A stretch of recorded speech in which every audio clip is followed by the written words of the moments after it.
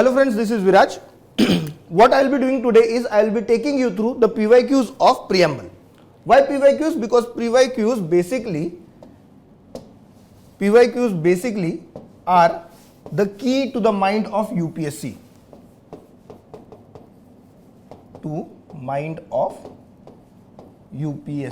If you take into consideration PYQs now, what will happen is you will know what UPSC expects from you. तो over the period of time अगर हम लोग देखें तो UPSC में the topics on which questions are asked ना, those topics are similar.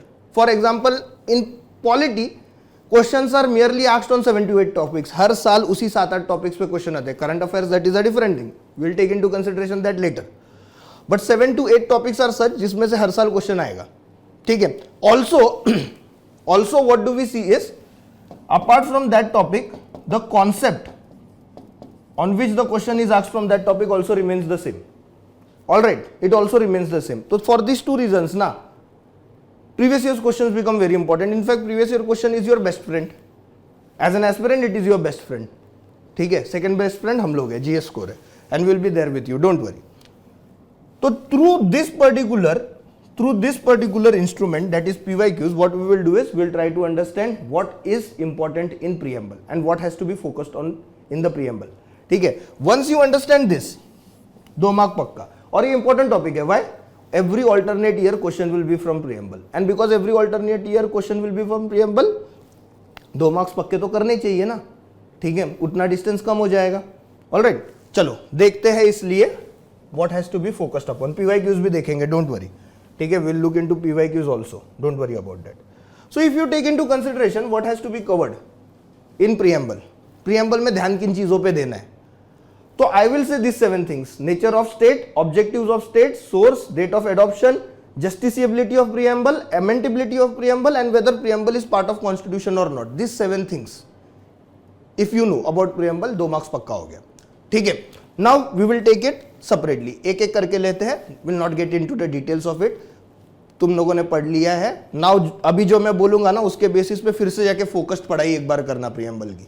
ठीक है, फोकस्ड पढ़ाई फिर से एक बार करना. चलो देखता हूँ, बताता हूँ तुम्हें not in the bad sense यार. ठीक है, नेचर ऑफ स्टेट मतलब क्या? SSSDR, sovereign socialist secular democratic Republic.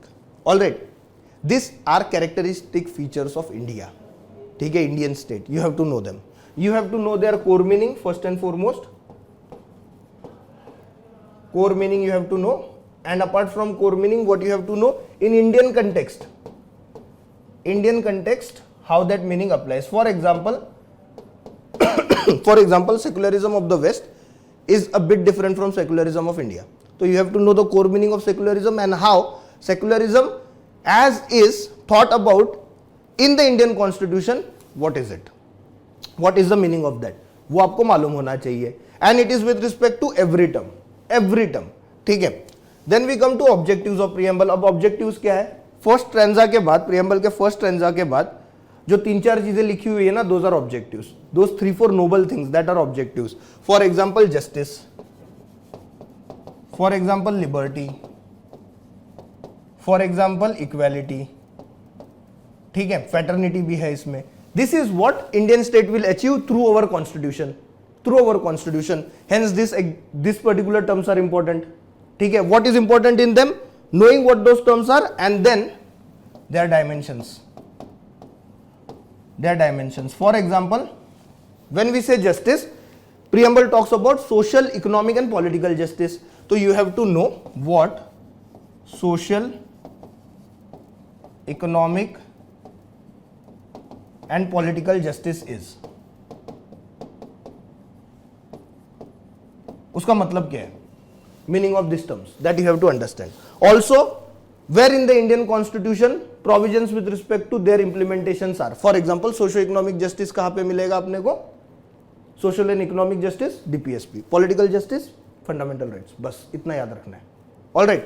Then source क्या constitution बनाने का? Indian people of India.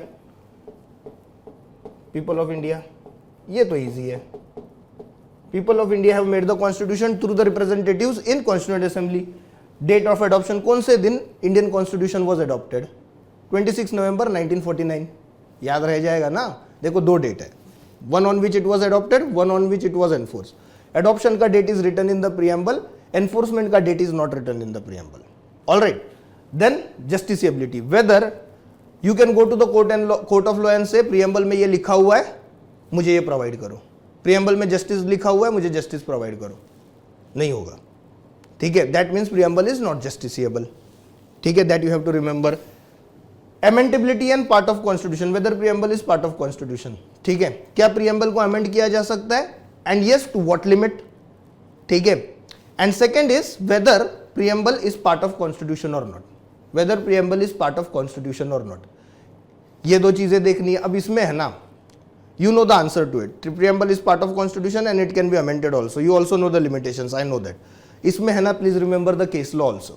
ठीक है, tendency towards cases is increasing. Obviously सारे cases important नहीं है, लेकिन केशवानंद भारती तो important है, वो तो याद रहना चाहिए। तो you have to know answer to these two questions कि whether preamble is amendable and also whether preamble is part of constitution or not, and the case law of Supreme Court, name of the case। ठीक है, name of the case, इतना मालूम हो गया, हो गया। Other than that, utility of preamble, utility of preamble interpretation में help करता है, कॉन्स्टिट्यूशन के इंटरप्रिटेशन में हेल्प करता है। This things you know, done. ठीक है, 2 मार्क्स मिल जाएगा। अभी मैं तुम्हें बताता हूं कि why have chosen this pointers. ठीक है, will know it through PYQs, will know it through PYQs. चलो पहला पीवाईक्यू देखते हैं। It is a very old PYQ but still I took it because it hits the core meaning of preamble.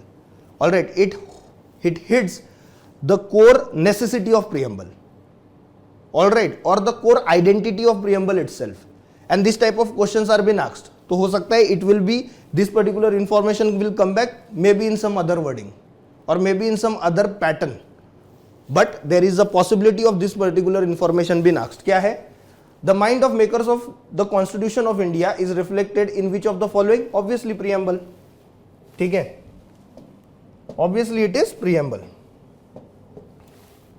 Preamble क्या करता है? It summarizes the constitution, summarizes the constitution. It tells you what basically you can find in the constitution.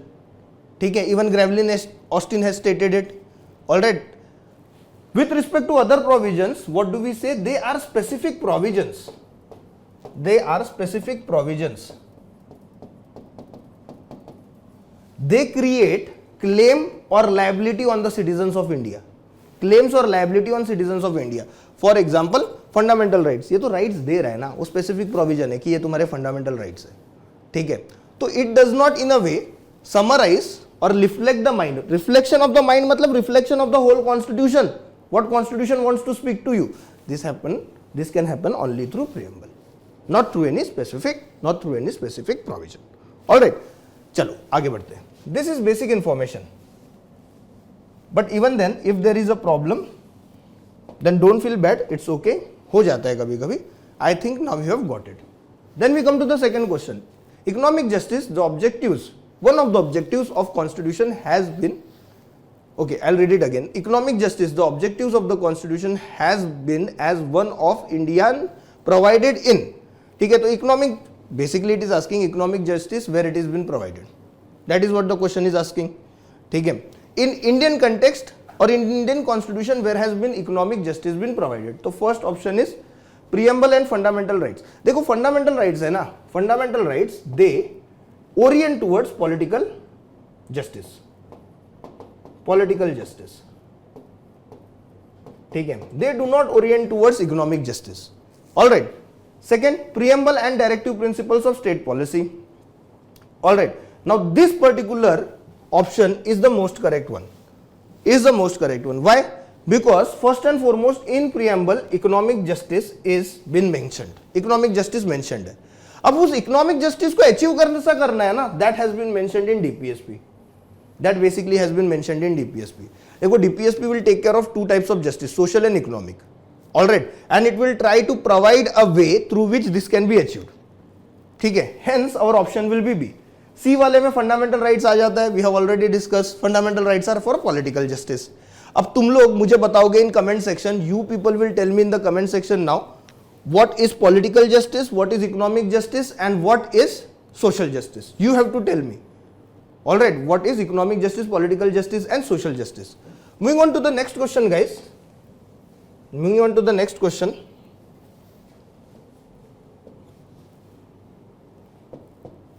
In the Constitution of India, promotion of international peace and security is included in the dash. This question I have taken purposely. You know why? Because you should also know कि कहाँ पे preamble नहीं जाता. ठीक है? देखो, what happens is many a times you have read a particular information, but in examination what you will basically do is कि you will think about it. You will still think about it. और आपका emotional intelligence, ठीक है, या फिर आपका emotional focus will push you in the direction where the answer does not lie. You might have read the information, you know the information also, फिर भी आप ओवर थिंक करके क्या करोगे, उस आंसर को गलत कर दोगे. दिस एक question is basically the prime example of it. देखो, preamble in all this four, preamble is something that is the shortest and it is something that you know actually in detail. All right, by heart भी हो सकता है, लेकिन आप सबसे ज्यादा सोचोगे कि हाँ शायद प्रियम्बल में ही ये होगा. क्यों ये सोचोगे? Because with respect to fundamental duties, more or less you know about the 11 fundamental duties. 9 schedule पता है यार उसका क्या इंपॉर्टेंस है. 9 शेड्यूल का इंपॉर्टेंस क्या है कि laws in the 9 schedule can not be touched by the Supreme Court, can not be reviewed by the Supreme Court. The Supreme Court reviews it now. ठीक है, I am just telling you know it. With respect to DPSP and preamble आपको confusion होगा. With respect to DPSP and preamble आपको basically confusion होगा.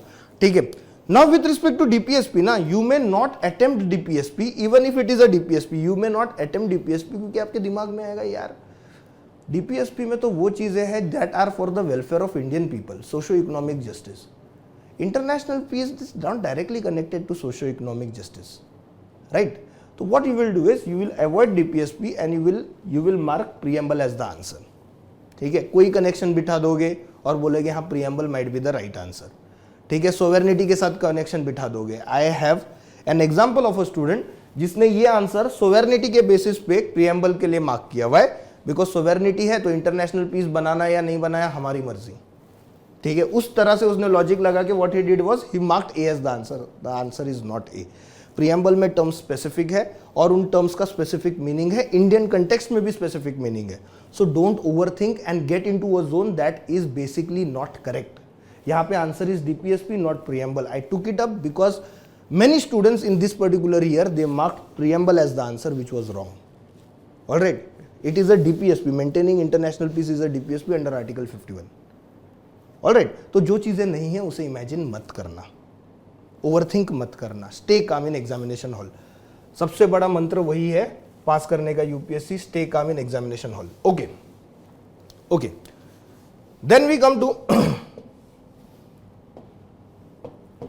कम to which one of the following objectives is not embodied in the preamble to the constitution of India. ठीक है, मतलब इसमें से किस तरह की लिबर्टी, बेसिकली लिबर्टी पे क्वेश्चन है ना, किस तरह की liberty is not mentioned in the constitution of India.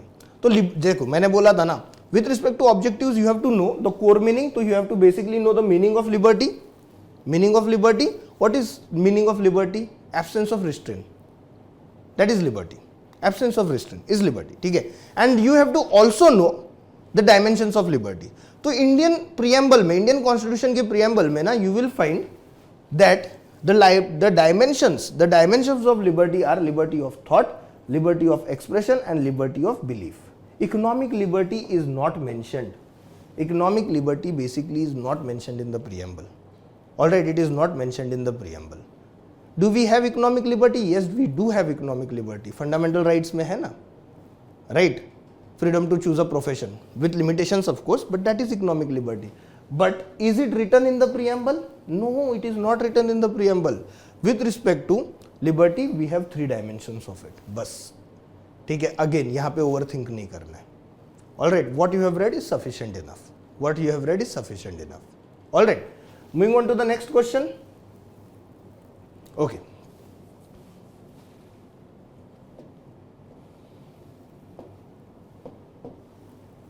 The preamble of the Constitution of India is a part of Constitution but has no legal effect. All right.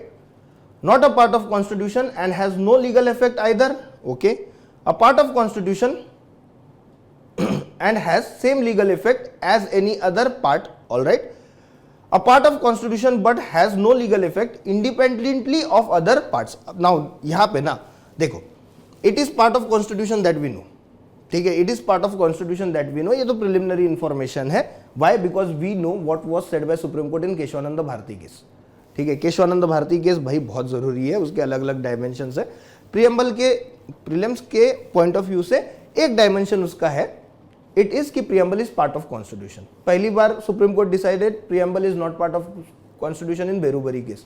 In Kesavananda Bharati case it decided it is part of constitution. It basically is part of constitution. ठीक है, तो either the answer will be A, obviously either the answer will be A or the answer will be D.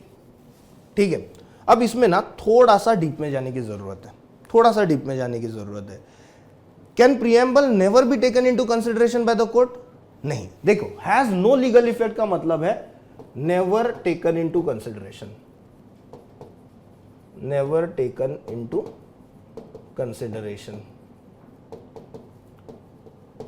ऐसा तो होता नहीं है. What has the Supreme Court said? Supreme Court ने बोला है we can consider preamble, we can consider preamble, but why? For the purpose of understanding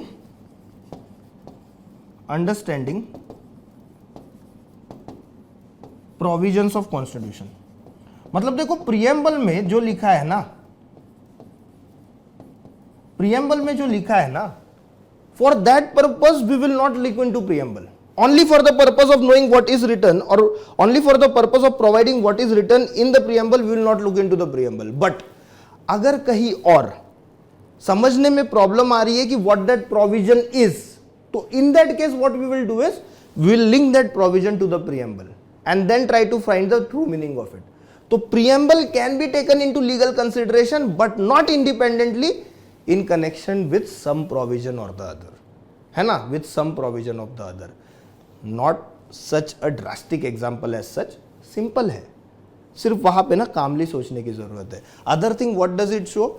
just because option A is near to be correct, it does not mean कि you will not read the other statements. Don't do that. Many a times option A or option B are near to correct and hence what happens is rest of the options you do not read and mark the answer. It has happened to me also once. एक बार हुआ था मेरे साथ, एक बार हुआ था. Alright, this was in my first attempt. The only attempt in which I did not clear prelims. I cleared prelims 5 times. First attempt में नहीं हुआ. I lost it by 0.33 marks. ठीक है, maybe this was that 0.33. This was not that question, but I'm just saying. ठीक है, तो read all the statements, read all the options. Alright, तो यहाँ पे what is the correct option? D is the correct option. Alright friends, so we have looked into preamble. We have looked into different aspects of preamble from prelims point of view. What is important, what will be taken into consideration by UPSC, ये हम लोगों ने देख लिया है. Now we will continue with this series. Other faculties also will join in. Shiv sir है, Rajvardhan sir है, ठीक है, अभिषेक सर है. They will also join in. They will respectively take up a particular topic. उसका PYQs देखेंगे और PYQs के through देखेंगे उस टॉपिक में हमें पढ़ना क्या है. Alright, don't miss this series and you know please comment if you want a particular topic to be discussed. You tell us what you feel is important for you. कौन सा वो टॉपिक है जिसके PYQs हमें देखने. We will do it for you. If there are any you know ideas that you have with respect to topic, even you can share them. We will talk about those ideas. Please like this particular video and share this particular video so that other aspirants are also helped with. कमरे में बैठ के अकेले से पढ़ाई नहीं होती UPSC की पढ़ाई होती है दोस्तों के साथ. और दोस्तों के बारे में सोचोगे ये वीडियो शेयर करके तो दोस्त तुम्हारे बारे में सोचेंगे. Remember this. चलो, I will take your leave now. All the best. Happy studying.